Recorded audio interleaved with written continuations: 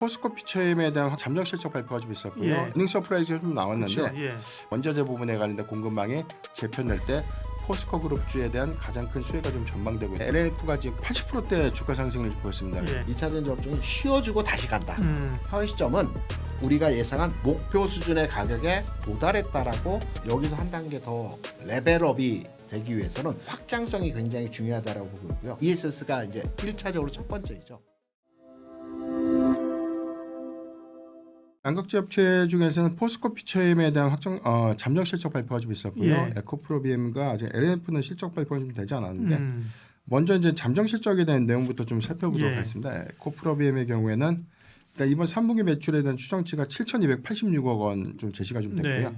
영업이익이 447억 원이 좀 예상되고 있는데 2분기보다는 좀 증가된 추이입니다.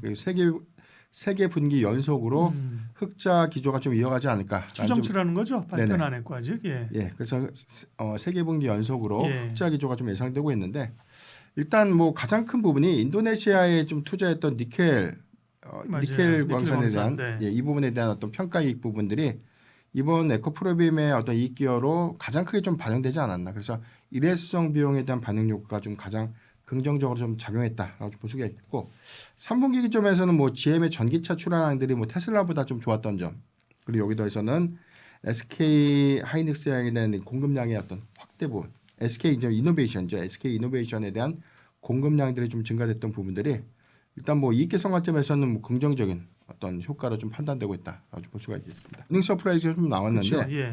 매출액이 시장 전망치가 이제 9,104억이었습니다. 그런데 네. 이제 실제 매출액은 컨센 대비해서 소폭 하회했어요. 뭐 예. 8,748억을 좀 기록했는데 영업이익 추정치가 237억인데 일단 이번에 발표됐던 영업이익이 667억을 좀 기록했기 때문에 네. 일단 수익 지표에 대한 효과들이 좀 가장 크게 좀 반영되지 않았나. 그러니까 우리가 좀 예상했던 부분들은 이 전구체 사업 부분에 대한 이익 효과가 이번 포스코 피처엠의 실적을 좀 주도했다라고 볼 수 있는데 일단 뭐 증권사가 좀 예측했던 추정치를 보면 네. 지난 2분기에 양극재 출하량들이 좀 감소됐던 부분들 그동안 수익성을 좀 반영했던 뭐 M86 단결정 양극재로 가죠. 이 부분이 사실 이제 프리미엄 차종에 좀 적용되고 있는 양극재였는데 1분기에서 2분기까지는 전체적인 어떤 캐즘 효과에도 불구하고 이 부분에 대한 출하량들이 좀 증가됐던 부분이 2분기 기점으로 좀 감소됐습니다. 그래서 3분기에 어떤 기저효과가 좀 나오지 않을까 이런 우려감들이 일단 이번 출하량 증가로 인해서 뭐 이익 기여를 좀 했다라고 좀 볼 수가 있겠고요. 특히 뭐 2차 전지 부분들은 사실 뭐 중국이 좀 공급망 재편에 관련된 어떤 수혜기 기대감들이 좀 재차 좀 부각되고 있죠. 그래서 원자재 부분에 관련된 공급망이 재편될 때 포스코 그룹주에 대한 가장 큰 수혜가 좀 전망되고 있다. 이런 뭐 리포트해야 되는 내용들을 좀 감안해 봤을 때 포스코 피처엠이 단기적으로 좀 상승했던 부분들은 해당되는 좀 기대 요인들을 좀 반영시키지 않았나. 다만 이번에 이익 추정치가 좀 상향됐던 부분들이 4분기에도 좀 연속성 있는 흐름들을 좀 가져갈 수 있을까 이게 좀 관건인데 증권사 추정치에 대한 내용들은 일단 다소 좀 보수적으로 4분기에는 좀 이익이 좀 떨어질 것이다라는 내용들이 좀 나오고 있기 때문에 네. 앞서서 말씀드렸던 것처럼 전기차의 실질적인 가동률이 뭐 미국의 인센티브 폐지 효과로 인해서 수요 감소로 좀 이어질 수 있는 부분이라면 뭐 실적적인 노이즈가 좀 될 수는 있겠지만 다각화된 부분에서는 뭐 음극재 부분에 대한 어떤 파이가 좀 커질 수 있는 부분들 이런 것들은 수익성 훼손 부분들을 상당히 좀 상쇄할 수 있는 배경이 좀 되지 않나라고 좀 판단하고 있습니다. LNF가 80%대 주가 상승을 좀 보였습니다. 예. 이 부분은 뭐 3분기 실적에 관련돼서 턴어라운드 기대감들이 좀 반영이 됐는데 매출 추정치가 6,709억 원으로 좀 제시가 좀 됐고요. 영업이익이 81억인데 그래도 이 부분이 지금 거의 뭐 한 1년 만에 흑자 전환을 좀 이룬다라는 관점에서 충분한 좀 기대 요인들이 좀 될 수 있지 않을까. 전체적으로 양극재 출하량들이 뭐 에코프로비엠이라든가 포스코 피처엠에 대한 뭐 출하량들은 뭐 재차 좀 감소됐던 부분이다. 다만 동사의 경우에는 뭐 테슬라량 비중이 좀 높다 보니까 3분기 사실 양극재 출하량들에 대한 증가폭 이 부분을 좀 대비 봤을 때 이익 추정치가 잠정 실적 발표 시점에는 조금 더 상향될 수 있지 않을까라는 기대감들이 좀 남아 있고요. 여기에 대해서는 뭐 내년 3분기 이후부터 테슬라양 뭐 LFP 배터리 관련된 양극재 공급 이 부분이 구체화가 좀 될 수 있다는 어떤 기대감들이 선별적인 어떤 이 기대감을 좀 작용하면서 뭐 양극 소재사 안에서도 주가적인 측면에서에 대한 반등을 조금 더 좀 가져가고 있는 모습이 아닌가라고 좀 판단되고 있습니다. 네. 지금 올라왔어도 사실은 뭐 이게 어깨 높이까지도 아니고 한 무릎 정도 올라왔다고 보는 게 좀 맞을 것 같아요. 아직 예. 허리까지도 아니기 때문에 일단 2차 전지 양극재 업체들 특히나 뭐 소재사들의 경우에는 지금은 막연하게 이익 개선이라든가 전체적인 업황에 관련된 개선 기대감들보다는 수급적인 뭐 저가에 관련된 수급 부분들이 뭐 실적에 대한 안도 부분들 그리고 내년도 뭐 ESS에 관련된 어떤 성과라든가 지금 전기차 캐즘에 관련된 우려감들이 다른 부분으로 좀 다각화되면서 수익성을 좀 방어할 수 있겠다. 이런 기대감들이 좀 반영된 것이거든요. 그래서 냉정하게 좀 해석을 해보면 3분기까지에 대한 실적 기대감들은 사실 전기차 캐즘이 완화됐기 때문에 이익 개선을 했다라기보다는 그동안 안 좋았던 실적 기조 대비해서 그래도 소폭 좀 개선된 수준이기 때문에 아직은 안도할 수 있는 수준은 저는 아니라고 봅니다. 다만 네. 우리가 4분기 기점에서 우리가 시장에서 예상했던 것보다 일단 뭐 미국의 전기차 인센티브에 대한 폐지 효과가 있었음에도 불구하고 수요가 그래도 4분기에도 좀 견조하게 유지가 좀 되거나 또는 뭐 유럽이라든가 뭐 아시아권에서에 대한 전기차 출하량들이 재차 좀 증가세를 좀 보여줄 수 있는 그런 흐름들이 명확해진다면 저는 이 부분에 대해서 이익 개선 그리고 플러스 알파 요인으로 뭐 ESS라든가 뭐 LFP 배터리 관련된 어떤 신규적인 어떤 모멘텀들은 앞으로 좀 주목해야 되는 포인트가 좀 될 텐데 양극 소재사가 아직은 명확하게 뭐 LFP향 양극재를 좀 만들고 있는 기업은 없죠. 그래서 아직은 뭐 LNF가 그 네, 비중이 LNF가 하는 거 아니에요? 네, LNF가 지금 그 비중이 예. 내년도 뭐 말까지 연간 뭐 한 7만 톤 캐파를 좀 유지한다라는 부분들. 다만 좀 에코프로비엠의 경우에는 전체 캐펙스에 대한 여력들은 좀 가장 크지만 일단 캐즘 구간들이 완화되는 구간이라면 사실상 뭐 양극재 LFP에 관련돼서 뭐 특화돼서 여기에 집중할 필요는 저는 없다고 봅니다. 다만 방향성 관점에서 일부 정도에 대한 LFP에 대한 증설 투자 계획들을 양극 소재사가 좀 가져간다는 부분들 그리고 전반적인 네. 어떤 캐즘 구간들이 좀 완화가 될 수 있는 부분이라면 그래도 에코프로비엠이라든가 포스코 퓨처엠에 대한 이익 반등은 어느 정도 우리가 좀 기대해 볼 수 있는 포인트이기 때문에 중요한 건 업황이 명확한 방향성을 잡고 좀 회복해 주는 것. 예. 이 신호가 좀 가장 중요하지 않나라고 좀 판단해 보겠습니다. 에코프로비엠을 좀 말씀드리고 예. 있는데 일단 포스코 퓨처엠이라든가 LNF는 개별적인 이슈에 의해서 조금 수급적인 영향을 좀 받습니다. 네. 특히나 뭐 LNF는 테슬라형 모멘텀을 좀 받고 있고 LFP 배터리용 뭐 양극재에 관련된 어떤 모멘텀 그래서 주가 좀 많이 좀 반영을 했고요. 포스코 퓨처엠의 경우에는 공급망 재편 기대감들이 뭐 그룹사 안에서에 대한 수혜 기대감을 좀 반영시켰기 때문에 상대적으로 수익률 측면에서는 에코프로비엠이 양극 소재사 중에서는 뭐 가장 좀 저조한 흐름을 보여주고 있는데 저는 좀 오히려 좀 기대 포인트가 좀 될 수 있는 부분이 이번 에이펙 정상회담 안에서 에이펙 CEO 서밋 행사를 좀 앞두고 있죠. 네. CATL 이제 CEO가 좀 방문을 합니다. 그래서 이제 이번에 에코프로비엠이 과연 중국향 양극재를 좀 공급할 수 있는 어떤 루트를 확보할 수 있는가 이게 좀 중요한 어떤 체크 포인트가 좀 될 것이고요. 중국 진출에 관련된 어떤 세부적인 내용들이 실체를 좀 나타내 준다면 저는 뭐 에코그룹주들에 대한 단기적인 수급 탄력도는 조금 더 연속성 있는 흐름들을 좀 가져갈 수 있지 않을까. 그래서 최근에 에코프로가 단기적으로 더 강한 이유가 네. 아무래도 그런 기대 요인들을 일부 좀 반영시키고 있는 것이다라고 볼 수 있겠고요. 여기 더해서 뭐 ESS 관련된 부분들에 대한 제품 자학화 부분들은 뭐 에코프로비엠이 삼성 SDI랑 ESS 부분에 관련 협력 성과를 확장시키고 있다는 관점. 특히나 삼성 SDI가 이번 컨퍼런스 콜에서 ESS에 관련된 역량들을 확대시킬 수 있는 어떤 전략을 좀 제시했다는 점들은 동사의 어떤 우호적인 어떤 기대 요인들을 좀 작용할 수 있다라고 좀 판단해 보겠습니다.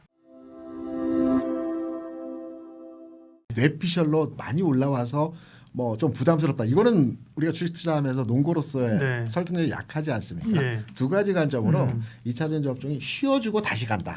이 쉬는 구간에서 흐름을 좀 지켜봐야 된다라고 말씀을 드리는 두 가지 논거점을 말씀을 드려보겠습니다.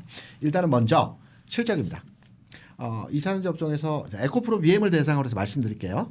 외우고 있는 건 그 회사밖에 없어서. 네. 2023년도에 실적 주가가 좋았을 때 실적은 매출 5조 원에 영업이익 3천억이었습니다. 올해 에코프로비엠의 예상 추정치 매출과 영업이익은 3조에 1천억입니다. 내년에는 좀 좋아지겠죠.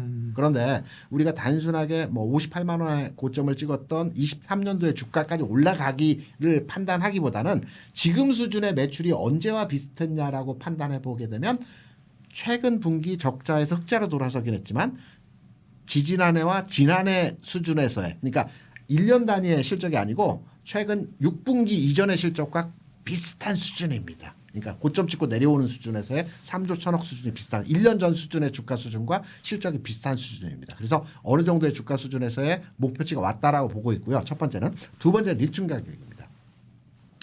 최근에 리튬 가격을 보게 되면 올 초 1, 2, 3, 4, 5월까지 해서 리튬 가격이 톤당 위안으로 많이 계산하지 않습니까? 6만 위안 전후였습니다. 6만 위안. 지금 리튬 가격은요.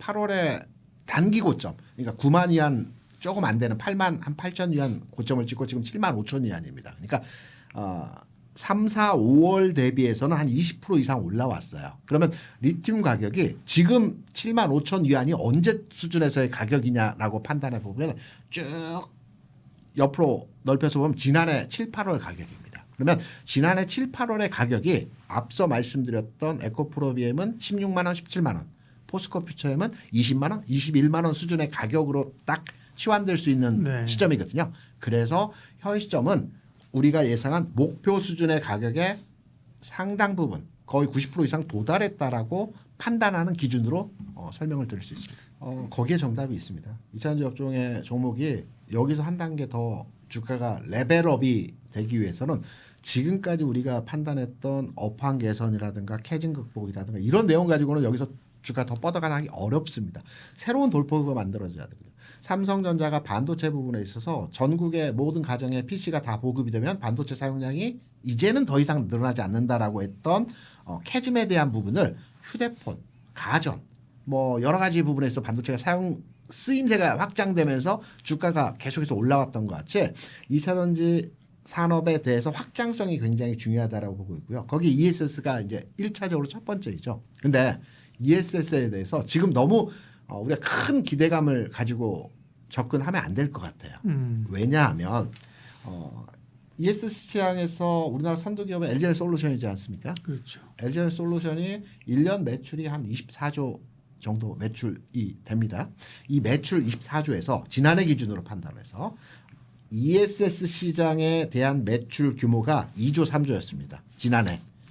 올해는 이 규모가 한 5조 원 정도 된다라고 합니다. 내년에는 한 8조 이상, 8조, 9조, 10조까지 된다라고 해요. 그러니까 2배씩 성장하는 산업은 맞습니다. 근데 현재 규모 측면에서 전체적으로 ESS가 차지하는 LGR 솔루션의 매출 비중에 대한 부분을 판단하게 되면 10%, 15%. 이 정도 수준이거든요. 그러니까 아주 크게 그러니까 앞으로는 부각이 되겠으나 현 시점에서 ESS 시장에 대한 과도한 확장 해석으로 판단하기는 조금은 성급한 감이 없지 않아 있고요. 다만 내년 이후의 상황을 판단해 보게 되면 확장성을 가지고 이 시장이 커나간다라고 해석이 되기 때문에 미래에 대한 가능성으로 ESS에 대해서 우리가 판단을 해야 된다라고 생각합니다. 우리가 에너지 저장 장치만 국한해서 볼 게 아니고 기존의 자동차의 전기차라는 배터리 쓰임새를 많이 평가를 했었지만 다양한 산업에 대해서 평가 산업의 전기 관련 배터리가 사용된다라고 보고 있거든요.